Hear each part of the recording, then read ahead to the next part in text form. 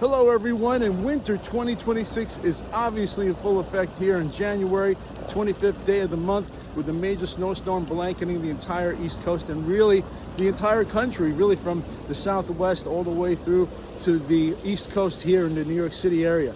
So be careful out there when you're just outside doing daily activities, and hopefully no one's on the roads for an extended period of time as well, like myself today. Be safe at all times, exert caution all the time.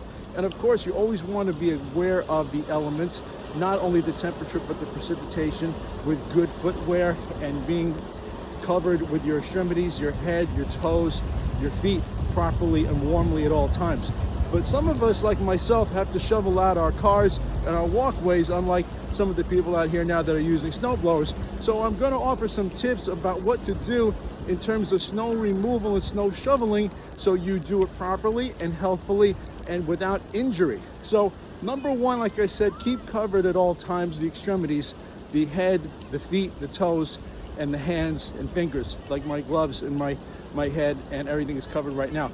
Layers, have at least 4 or 5 layers. You want to be warm, and make sure that you're properly covered at all times. I actually have another coat over here that I'll be wearing shortly. But you also want to be aware of hydration. Remember, the kidneys are more active in the cold weather than in the hot weather. So make sure you have a bottle of water on you, or some kind of fluid hydration like I have here. I'm not trying to plug a brand, but Eternal is a very good water brand that I've been using for years, and you want to be aware of that as well. Now, when it comes to shoveling snow, we know that when people reach a certain age, it's much more dangerous for people to shovel snow. And that really is across the board. It really actually doesn't matter how old someone is or how young someone is. Snow shoveling, shoveling snow can be a very dangerous thing for a lot of people, not because they're out of shape, but because it's actually a very complex movement and can lead to coronary and cardiac events. So I want to show you some proper ways to shovel snow. So I have my trusty shovel here that I'll be using right here. When it comes to using your body, you do not want to bend from the back only. We don't want to just use the back when we shovel snow. That's a common thing we now know over time is more proper. We want to use the knees and hips, but you also have to be aware of your shoulders and your core. So you really want to try to brace your core as you do this. So like that little subtle squeeze, or like the flex that we do, excuse me, sometimes. Here's what I would say: whether you're right-handed or left-handed, you may want to switch hands at some point. So here is a very snowy road right here that I'm going to shovel a little bit of to show you some techniques. So I'll turn this way for the wind. So I am more left-handed, but I use my right hand to initially shovel. So what I'll do here is this: from the knees and the hips, a little bit of a bend. I'm not bent over, I'm bending here. Notice the contours. Properly set. Use one hand to shovel in, the back hand to shovel forward as well. Up a little bit, not a squat.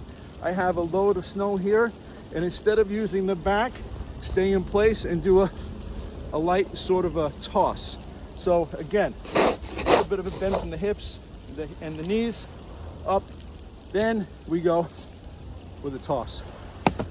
About 15 minutes or so after that would be an adequate amount of time to rest after that. Remember, we want to be cautious at all times about how much exertion is made during something like this. The blood vessels can constrict in the colder weather more than the hot weather, so be aware of that. So always be aware of that. It's always something to take into consideration when you're doing any kind of physical activity in these kinds of conditions. Most of all, be safe and listen to your body and hydrate.